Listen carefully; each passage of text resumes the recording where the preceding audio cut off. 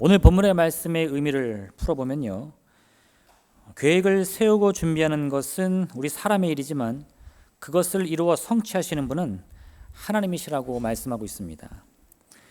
이는 하나님의 절대 주권을 강조하면서요, 그 권세에 순복할 것을 권면하는 말씀입니다. 근데 제가 가만히 보니까 이 말씀이 온전히 이루어지기 위해서는 한 가지 필요한 게 있어요. 그게 뭐냐? 우리 자신이 먼저 마음의 계획을 품고 있어야 한다는 겁니다. 잠언 29장 18절은 이같이 말씀하는데, 묵시가 없으면 백성이 방자에 행하거니와 율법을 지키는 자는 복이 있느니라. 여기서 이 묵시라는 단어를 영어로 보니까 비전이라고 표현되어 있더라고요. 이 비전이라는 것은 우리가 미래를 보는 꿈을 이야기합니다. 지금 내 눈에 보이는 세상을 말하는 것이 아니고 내가 아직 다가오지 않은 미래를 볼 때 우리가 비전이라고 표현을 하죠. 비전이 없으면 백성이 방자에 행하는데, 그 방자라는 말은 스스로 망하는 길로 간다, 패망한다, 이런 뜻입니다. 그러니까 잠언 29장 18절의 말씀을 다시 한번 풀면, 꿈이 없으면 백성이 스스로 망한다, 이런 뜻이 되는 거예요. 미래에 관한 그림, 즉 이 비전이나 꿈이 없는 사람들은요, 그 미래를 온전히 이룰 수 없습니다. 그것은 힘이 없거나 능력이 없어서가 아니라 꿈이 없어서 스스로 방자에 행하기 때문인 겁니다. 그래서 사람은 반드시 마음의 계획을 가지고 있어야 돼요. 내 미래라는 것을 그냥 어떤 미래가 올까, 오는 대로 받는 것이 아니라 내가 원하는 그 미래의 모습을 아름답게 그려나가면서 이루기를 소망해야 된다는 거예요. 그래야 하나님이 그 마음의 그림을 보시면서 우리 가운데 역사해 주신다, 이겁니다. 그래서 오늘 이 시간 우리는 내 마음속에 이 미래의 꿈, 그 그림을 어떻게 그리는지 함께 살펴보기 원합니다. 첫 번째로요, 우리가 미래에 대한 그림을 그리는데 가장 필요한 것은 긍정적인 마음입니다. 여러분, 내가 마음의 그림을 그리면요, 그 마음의 그림은 반드시 이루어집니다. 왜요? 오늘 본문의 말씀이 사람이 자기 마음의 계획을 품으면 하나님이 그 그림을 이루어 주신다고 말씀하셨기 때문이에요. 그러니까 우리가 이제 그림을 그리는데 어떤 그림을 그려야 되겠습니까? 이게 막 실패의 그림, 절망의 그림을 그리면 어떻게 돼요? 그 그림이 이루어지는 거고, 소망의 그림, 승리의 그림을 그리면 그 그림이 우리 미래에 이루어진다는 겁니다. 이스라엘 백성이 가나안 땅을 눈앞에 두고 모세가 12명의 정탐꾼을 보냈는데, 그들은 그 가나안 땅을 보고 와서 이렇게 말했어요. 우리가 두루다니며 정탐한 땅은 그 거주민을 삼키는 땅이요, 거기서 본 모든 백성은 신장이 장대한 자들이며 거기서 네피림의 후손인 아낙 자손의 거인들을 보았나니 우리는 스스로 보기에도 메뚜기 같으니 그들이 보기에도 그와 같을 것이니라. 지금 뭐 하는 거예요? 그림을 그리는 거예요. 어떤 그림을 그리냐면, 이제 우리가 곧 가나안 땅을 향해 나아가게 될 건데, 그럼 어떤 일이 벌어질까? 마음으로 그림을 그려봤더니 그 가나안 땅에 있는 사람들은 막 기골에 장대한 거인들이고 우리는 메뚜기가 된다는 거죠. 그래서 이 메뚜기와 거인이 싸워보니까 거인이 이기고 메뚜기는 다 밥이 되어서 죽는다는 거예요. 지금 그 일이 실제 일어난 것이 아니고요, 그들이 그걸 경험한 것도 아닙니다. 이 정탐꾼들이 가나안 땅을 보고 와서 마음으로 그림을 그리는 거예요. 그때 하나님이 그들의 그 이야기를 듣고 이렇게 말씀하십니다.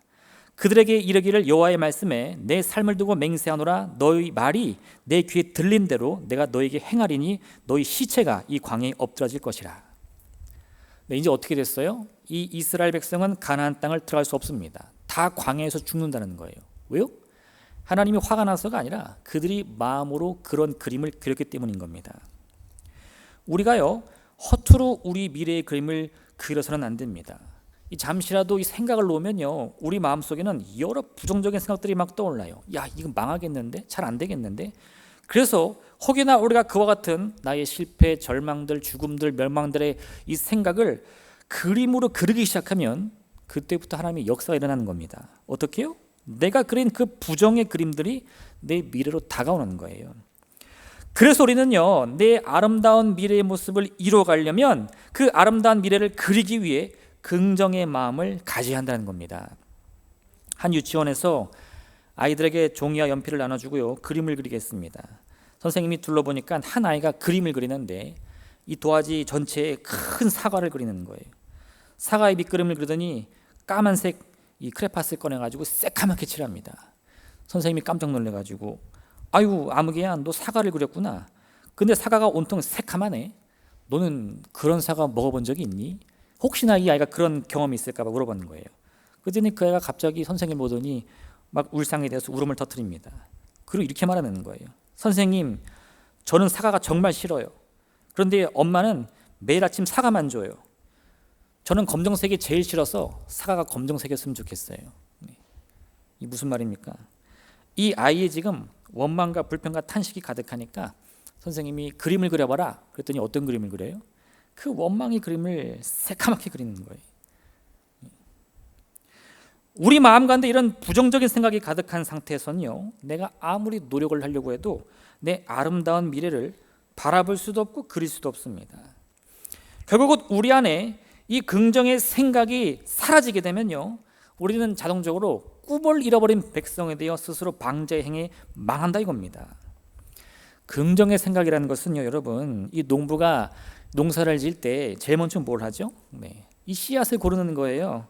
좋은 씨앗을 잘 골라서 심어야 나중에 땀을 흘리고 노력해도 이 좋은 열매들이 맺지, 그냥 아무 씨앗이나 심는다고 다 잘 되는 게 아닙니다. 나의 밝은 미래를 바라보면요, 그 미래를 이루기 전에 철저한 준비를 해야 되는 거예요. 그러니까 이 농부들도 이 씨앗을 심기 전에 이 병든 거, 이미 생명을 잃어버린 씨앗들은 다 골라내고 튼튼하고 좋은 씨앗들을 골라서 꿈을 꾸면서 농사를 짓는 겁니다. 이 긍정의 생각도 마찬가지예요. 그 긍정의 생각을 품는다는 것은 우리 안에 있는 이 병든 것들, 이 멸망하는 것들을 다 걷어내고 이 좋은 씨앗을 내 마음에 심는 과정인 겁니다. 우리 옛말에도 될성부른 나무는 떡잎부터 알아본다고 그랬어요. 씨앗을 심어서 떡잎이 나면 어떻게 돼요? 야, 이게 참 잘 자라겠구나, 튼튼하겠구나, 혹은 얘는 가다가 병들겠네, 보면 안다는 거예요. 실제 그런지는 저는 잘 모르겠지만 어쨌든 아무리 규모가 크고요, 시간이 오래 걸리는 일이라 할지라도 그 일이 이루어지는 그 상태의 준비, 그 시작을 보면 이게 잘 될지 안 될지를 어느 정도 알 수 있다는 겁니다. 왜요? 그 준비가 잘 돼 있어야 내 마음의 그림을 잘 그려나갈 수 있기 때문인 거죠. 오늘날 전 세계에서 가장 큰 기업이 어디냐라고 묻는다면 아마 애플이라고 말할 수 있습니다.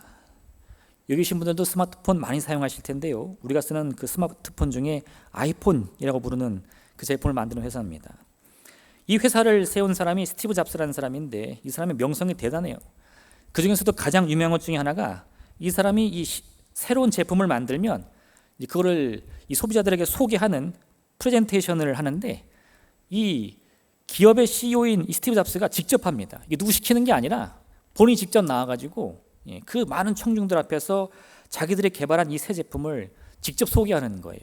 근데 그냥 내가 여기 회사의 최고 경자입니다 막 이러면서 거드름 피는 게 아니라 얼마나 기가 막히게 설명하는지 사람들이 스티브 잡스의 이 프레젠테이션 보려고 막 밤새도록 줄을 쓴다는 거예요. 무슨 공연 보듯이. 저도 기억에 남는 게 한 번 있는데요, 지난 2008년에 이 스티브 잡스가 항상 이 언론의 모습을 보일 때는요, 이 검은 티셔츠에 청바지만 입거든요. 똑같은 옷을 입고 나와가지고는 이렇게 쓱 걸어옵니다. 근데 가만 보면 무슨 이 밖에서 구걸하는 노숙자 같아요. 이렇게 막 수염도 덥수룩하고 별로 이렇게 꾸미지도 않고 막 나와요. 이렇게 쓱 걸어 나오더니 주머니에서 손을 이렇게 막 넣으면서 뭘 쓱 꺼내는 거예요. 보니까 손바닥만한 뭔가를 꺼냈는데 그렇게 쓱 보였는데 그게 지금 우리가 사용하고 있는 아이폰의 첫 번째 제품이었어요. 그때만 해도 사람들이요, 그가 주머니에서 꺼낸 게 뭔지 잘 몰랐죠. 근데 그가 이 프레젠테이션을 시작하면서 제품이 소개되고 사람들이 거기에 열광하면서 그의 제품은 오늘날 우리의 이 생활 방식을 바꿨다, 세상을 바꿨다라는 평가를 듣는 최고의 제품이 됐습니다. 근데 가만 보니까요, 그럼 이 스티브 잡스는 왜 이렇게 프레젠테이션을 잘할까? 그와 함께 작업한 어떤 한 임원이요, 인터뷰를 하면서 이런 얘기를 한 적이 있어요. 청중이 보기에 이런 프레젠테이션은 검정 티셔츠와 청바지를 입은 한 남자가 나타나서 신기술을 적용한 제품에 대해 자유롭게 설명하는 것처럼 여겨질 겁니다. 그러니까 사람들이 보기에는 아우 잘한다, 자연스럽게 잘한다 이렇게 여긴다는 거예요. 하지만 사실은 믿을 수 없을 정도로 복잡하고 정교한 홍보 및 제품 시연 기술과 기업 차원의 엄청난 지원이 만들어낸 합작품입니다. 그거 잠깐 하는데 사실은요, 돈도 엄청 들어가고 그 회사에 다니는 많은 이 천재들이 지혜를 모은다는 겁니다. 그 작품이라는 거예요. 또한 이러한 행사는 관련 직원 모두에게 있어 몇 주일간의 밤샘 작업과 정교한 편성, 그리고 견디기 힘든 심리적인 압박을 동반합니다. 소비자들은 그 짧은 시간 웃으면서 이 스티브 잡스의 이 언변에 박수를 치지만요, 실제로 그걸 준비하는 이 수십 명, 수백 명, 수천 명의 직원들은 몇 주 혹은 몇 달을 밤을 새면서 아주 미칠 듯한 스트레스 가운데 작업을 한다는 거죠. 무슨 뜻입니까? 하나의 이 작품을 선보이기 위해서요, 하나의 결과를 보이기 위해서 그 물밑에서는 엄청난 사전 작업이 이루어진다는 거예요. 그러한 준비 과정을 통해서 우리가 바라봤을 때, 야, 대단하다, 잘한다, 놀랍다 라는 찬사를 들을 결과가 나타난다는 거죠. 우리 인생에서 우리의 미래와 운명을 결정하는 순간은 언제일까요? 뭐 다양하게 말할 수 있겠지만요, 그 첫 순간 많은 영향을 미친다 이겁니다. 철저한 준비, 사전 준비들, 또 우리의 이 심리적인 압박을 느낄 정도의 이 마음의 결단을 우리가 하게 할 때에 우리가 꿈꾸는 이 미래의 그림들이 훨씬 더 정교하게 또 아름답게 그려진다는 거예요. 그 과정이 무엇이냐? 우리 안에 있는 부정적인 생각과 싸우는 것입니다. 내 안에서 나를 넘어뜨리게 하는 것, 남을 미워하게 하는 것, 또 나를 두렵게 하는 모든 생각들, 그림들, 또 환경의 요인들하고 맞서 싸우는 거예요. 어떻게 해서든지 긍정의 마음을 갖고 소망의 소리에 내 귀를 기울이게 노력하는 것, 그게 바로 그 과정인 것입니다. 중세시대 가장 유명한 조각가로 알려진 미켈란젤로는요, 정말 놀라운 작품들을 많이 선보였습니다. 사람들이 그게 물어봤어요. 당신은 어떻게 그런 아름다운 작품들을 잘 만들 수 있습니까? 그가 이런 대답을 했습니다. 모든 돌 안에는 이미 조각상이 있습니다. 저는 그것을 그저 발견하여 그대로 돌을 조각할 뿐입니다. 실제로 우리가 뭐 돌을 본다고 거기서 작품이 보이겠습니까? 돌은 돌멩이일 뿐이죠. 근데 미켈란젤로는 뭐라 그러냐? 그 돌멩이를 가만히 보면 그 돌멩이 안에 있는, 그 대리석 안에 있는 작품이 자기 눈에 보인다는 거예요. 눈으로 보고 작업하니까 자기한테 어렵지 않다는 겁니다. 이미 그는요, 자신의 작품을 만들 때 어떻게 할까? 이렇게 해도 될까? 고민하는 것이 아니라 아주 분명한 작품의 모습을 미리 보며 그대로 작업을 한다는 거예요. 누군가 우리에게 당신은 어떻게 해서 그와 같이 깊은 고통과 슬픔을 다 이겨내고 그 아름다운 미래를 이룰 수 있었습니까? 라고 본다면 여러분은 어떻게 대답을 해야 되겠습니까? 우리 인생에는 이미 승리가 결정되어 있습니다. 저는 그저 그것을 발견하고 그 승리대로 나아갔을 뿐입니다. 할렐루야, 할렐루야. 이와 같은 고백이 여러분의 고백 되시길 부탁드립니다. 승리라는 것은요, 그저 승리가 있겠지라는 말로는 부족해요. 여러분이 얻고 싶은 그 승리의 그림을 미리 보셔야 됩니다. 남들이 깜짝 놀랄 만큼 당신은 그걸 어떻게 이루셨습니까? 라고 묻는다면요, 저는 그 그림을 미리 봤습니다. 이미 저는 오래전부터 그 그림을 그려왔습니다. 내 안에 있는 이 많은 부정의 생각들, 절망의 생각들과 맞서 싸우면서 이 긍정의 생각을 힘으로 삼아 나의 미래를 그렸기 때문입니다 라고 대답해야 할 줄로 믿습니다. 여러분, 긍정의 생각이라는 것은 우리 삶을 이루는 첫 단추와 같습니다. 잘 아시죠? 단추를 깰 때 첫 단추를 깨면요, 그 다음에 좀 마음을 놓아도 이게 차례대로 잘 돼요. 근데 첫 단추를 잘못 깨면 아무리 신경을 쓰고 잘하려고 해도 나중에는 그걸 바로잡을 수가 없습니다. 지금 이 순간 여러분의 마음과 생각 속에 있는 부정적인 것들, 미움, 원망, 불평, 낙심, 좌절, 절망, 그 모든 것과 힘써 싸우시길 부탁드립니다. 할렐루야.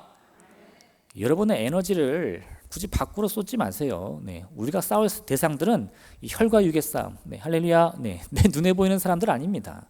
내가 싸워야 할 대상은 내 안에 있어요. 나를 계속해서 절망과 두려움 속에 몰아넣는 그 부정과 싸워야 된다는 겁니다. 만약 우리 자신이요, 그 일을 잘 이룰 수만 있다면 우리는 그 긍정의 생각을 통해 긍정의 그림을 그릴 수 있습니다. 그 긍정의 그림이 점점 더 분명해질수록요, 우리는 내가 잘 될 것을 할 수 있다는 사실을 더 분명히 볼 수 있는 거예요.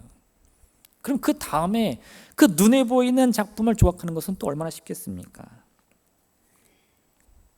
지금 당장 아무것도 보이지 않고 그 어떠한 근거도 찾을 수 없다고 할지라도 여러분 마음속에 있는 긍정의 꿈을 절대 포기해서는 안 됩니다. 그렇게 우리는요, 오직 이 긍정의 마음을 내 마음의 씨앗으로 삼아서 그것을 심고 가꾸어 나의 미래를 이루시는 하나님을 만나야 할 줄로 믿습니다. 두 번째, 여러분, 마음의 꿈을 품기 위해서는요, 실패를 각오해야 합니다. 아무리 좋은 계획을 가지고 있고 그것을 이루기 위해서 노력을 한다 하더라도 실패는 찾아오기 마련입니다. 누군가는 이렇게 묻고 싶을 거예요. 그럼 그 실패는 도대체 왜 찾아옵니까? 사실 답이 없어요. 실패가 왜 찾아오는지 저는 모르겠습니다.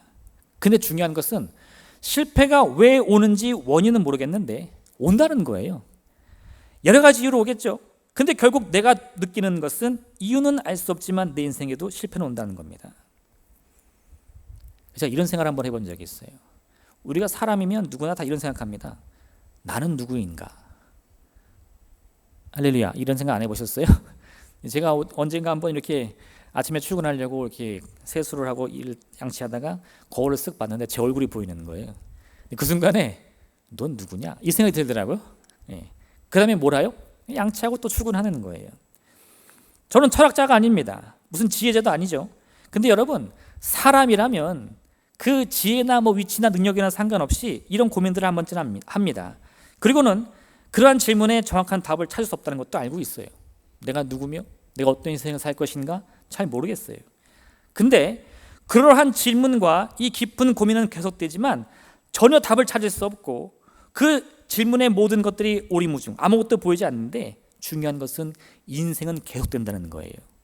내가 아침에 그 답을 찾지 못했으니까 오늘이라는 시간이 갑자기 멈추면서 답을 찾을 때까지 너는 거기서 기다려라 이러나? 그런 거 없습니다. 시간은 가고요. 빨리 출근해야지, 안 그러면 지각합니다. 이 고난도 마찬가지예요. 내가 답을 알지 못한다고 하더라도요, 실패는 멈춰주지 않아요.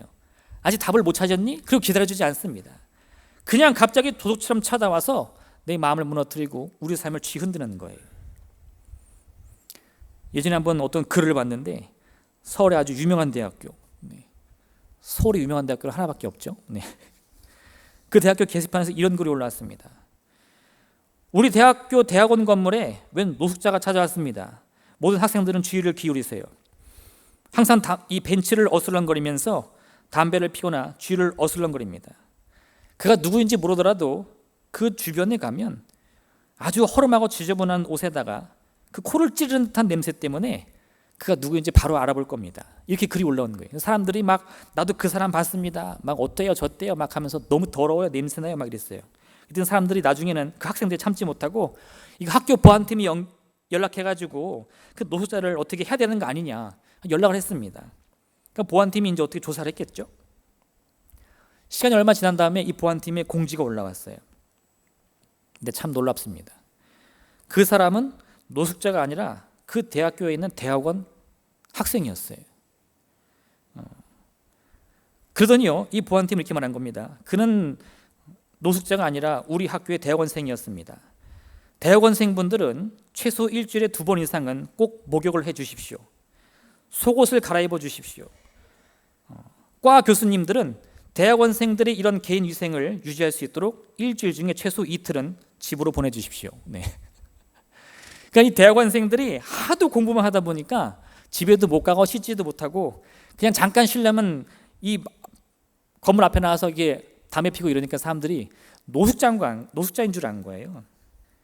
제가 그걸 보고 되게 놀랐는데, 아니 여러분, 그 서울 인류대학교에 다니는 대학원생 정도 되면 그 집에 가면 어떤 대우를 받을까요?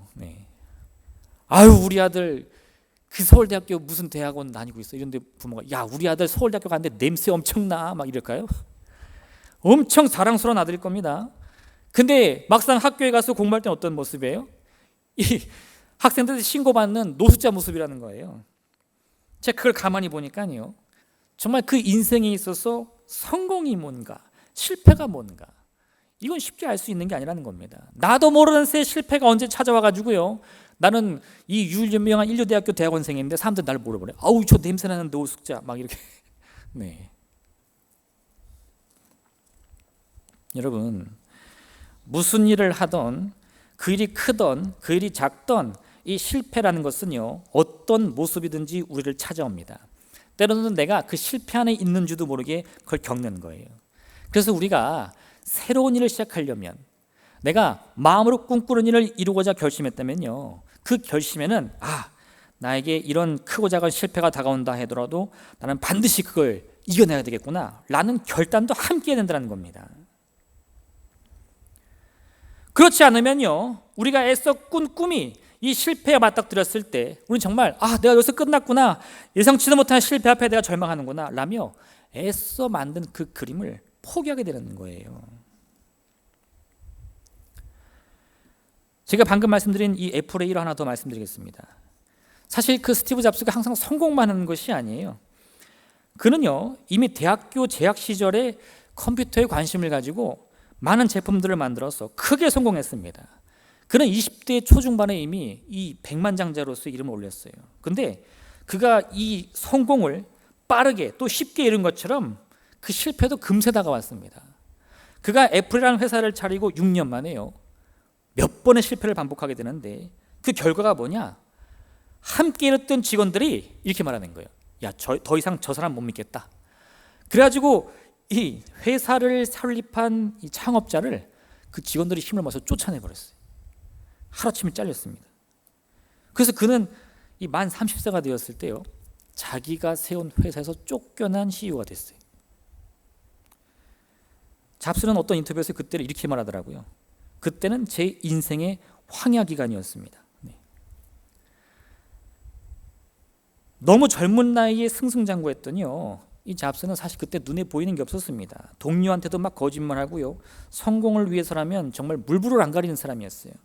그러다 보니까 실패를 경험했을 때 그 실패를 어떻게 극복해야 되는지에 대해서 전혀 몰랐다고 합니다. 그랬더니 막 어떻게 되느냐, 이 사람들에게 상처를 주고 막 윽박을 지르고 소리를 지르는 거예요.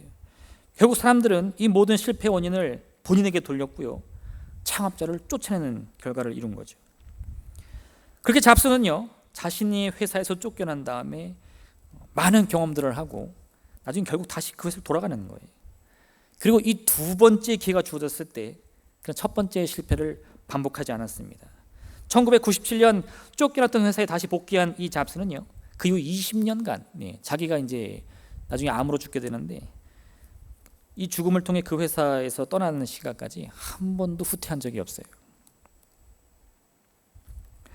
지금 당장은 아주 위대한 성공을 이룬 사람처럼 보일지라도요, 그의 과거를 면밀히 살펴보면 그런 수많은 사람들이 처절한 실패 경험을 가지고 있다는 사실을 쉽게 알 수 있습니다.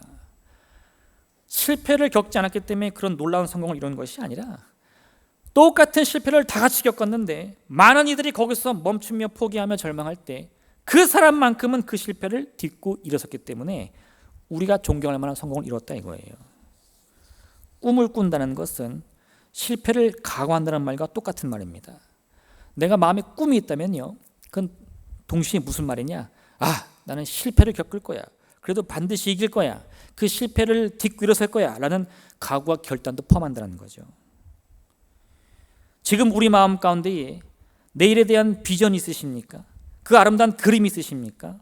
여러분, 예수님은 그 길이 아름다운 길이 아니라 십자가 골고다 길이 될 것이라고 말씀하셨어요. 근데 뭐라고 말씀하시죠?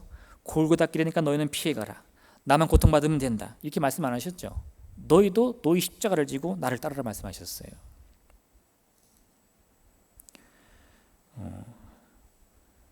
최근에 우리나라에서 주목받는 드라마가 또 생겼습니다.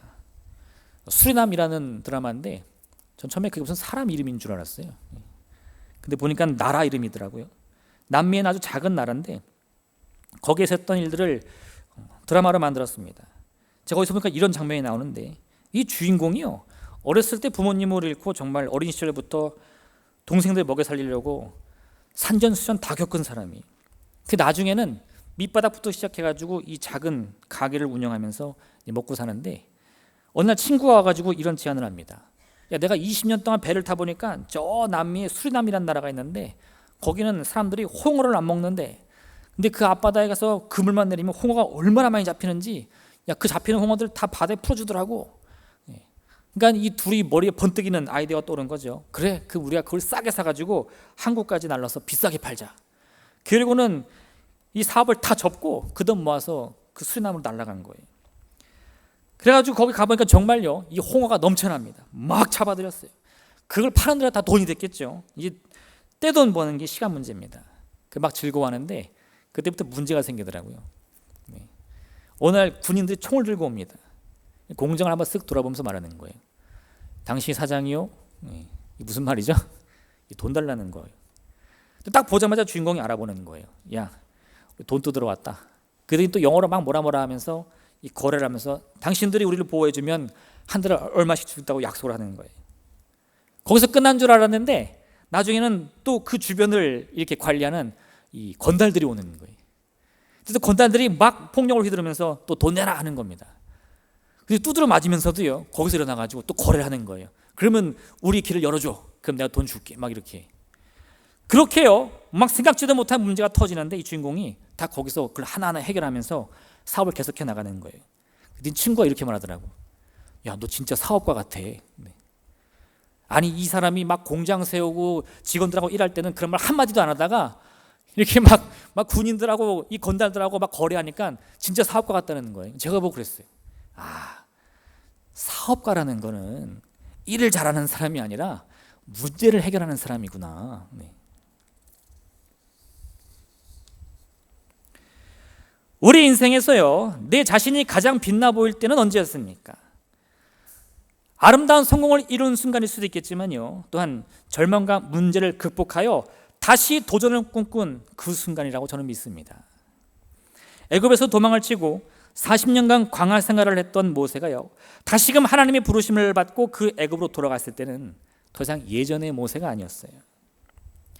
사울왕의 미움을 받아가지고 온 나라를 떠돌아다니며 건달들과 어울리고 또 정신당한 사람 행세했던 다윗이요, 다시금 그 왕자에 오를 때는 그런 어리숙한 다윗이 아니었어요.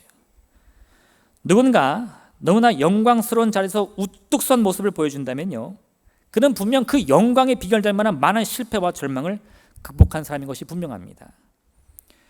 우리 마음의 계획을 위한 인생의 여정은 반드시 실패를 포함하게 될 것이에요. 그런데 여러분, 그런 순간에도 우리가 꿈을 포기하지 말아야 될 것은 그 실패를 극복하는 것조차 미래의 그림을 그리는 과정이기 때문인 겁니다. 마지막 세 번째, 우리가 미래의 꿈을 내 마음에 품기 위해서는요, 멈춤이 없어야 됩니다. 조선 4대 명필가로 알려진 양사원이라는 분이 있는데 그분의 지은 아주 유명한 시가 있습니다. 태산이 높다 하되 하늘 아래 매이로다. 오르고 또 오르면 못 오를 리 없건만은 사람이 재간이 오르고 매만 높다 하더라. 네. 할렐루야. 이 양사원이라는 이름은 처음 들어봐도 이 시는 다 들어보셨죠? 네. 저도 사실 이거 학생 때 많이 들어봤는데 그 시를 누가 지었는지는 몰랐어요. 이 시의 내용을 보면요, 우리가 꿈을 꾸게 해야 할 일이 다 들어가 있습니다. 이 태산이라는 것은 중국에서 가장 높은 산을 일컬는다고 하는데 사람들이 그 산이 얼마나 높은지 밑에서 보면서 그런다는 거예요. 야, 저 얼마나 높아. 저건 태산같이 높아서 누구도 정복을 못할 거야. 그리고 그냥 지나간다는 거예요. 양산이 그 모습을 보니까요, 너무 기가 막힌 겁니다. 아니, 산이 높으면 산이지, 산이 높다고 하늘이 되나? 그러면서 그가 이 시를 지었는데, 무슨 일이든지 마음으로 결단하여 오르면 못할 일 없다는 겁니다. 한 아버지가 자신의 아이가 귀신 들렸다고 제자들을 찾아왔는데 제자들이 아무리 노력을 해도 귀신이 나가질 않는 거예요.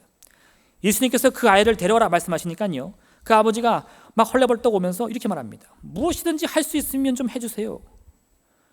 예수님이 그 아이 아버지에게 이렇게 말씀하셨죠.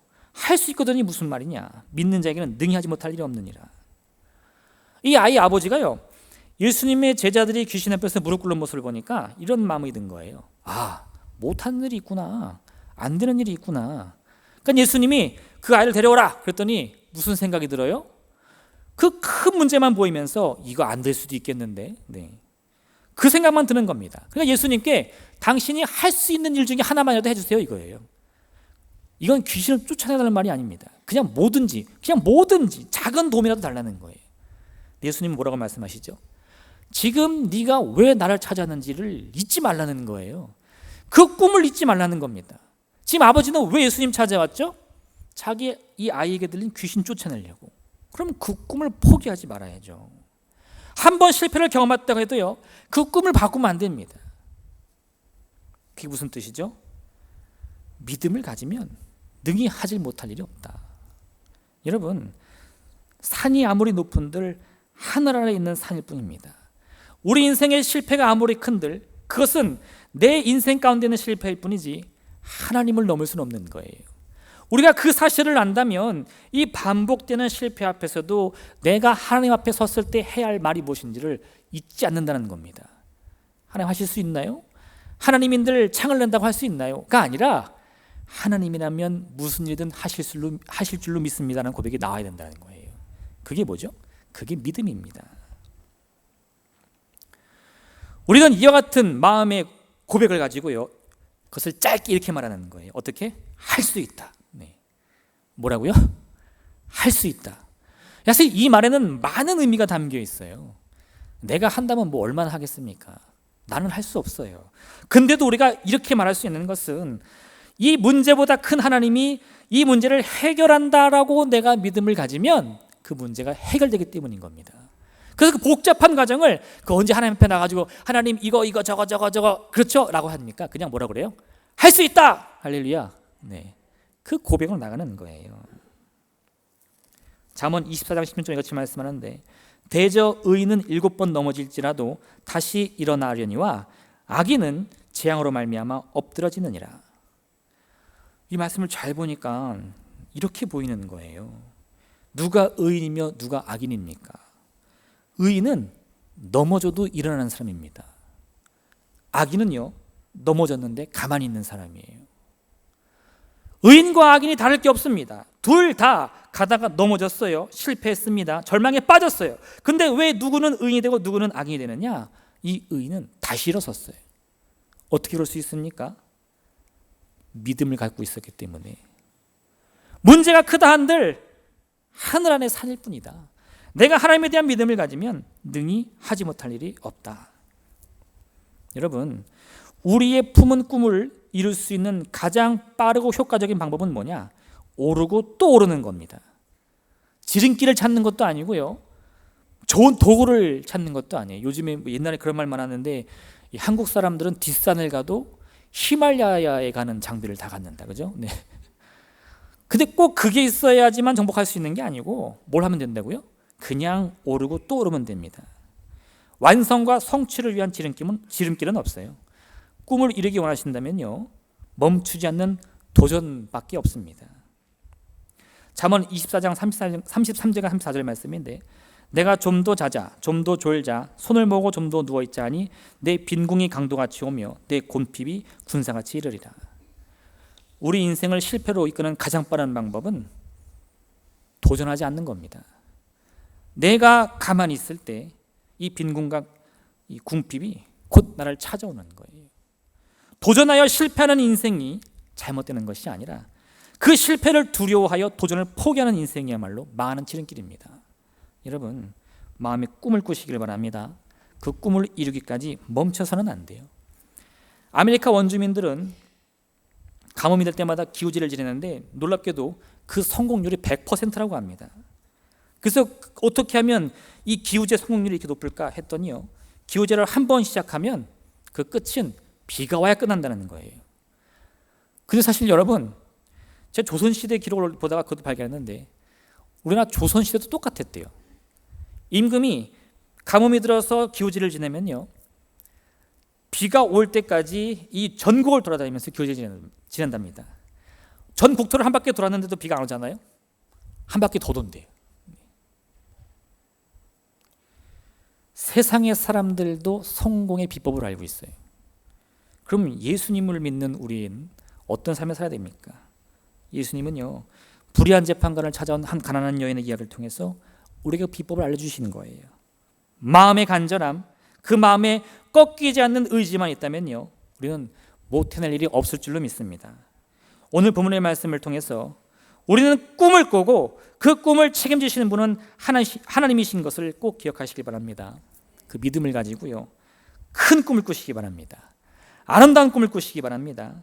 어떤 실패 앞에서도 두려워하거나 주저앉지 마시고 다시 일어서 도전 여러분 되시기를 주님의 이름으로 부탁드립니다. 이 함께 기도하겠습니다. 오늘의 말씀을 기억하면서 하나님, 우리 마음 가운데에 미래에 대한 꿈을 품게 도와주시옵소서. 그 꿈이 그저 아침 안개처럼 사라지는 꿈이 아니라 나의 운명을 바꿀 수 있는 주의 역사가 될 수 있도록 인도하여 주옵소서. 주님의 이른 세모를 간절히 기도하겠습니다. 주여!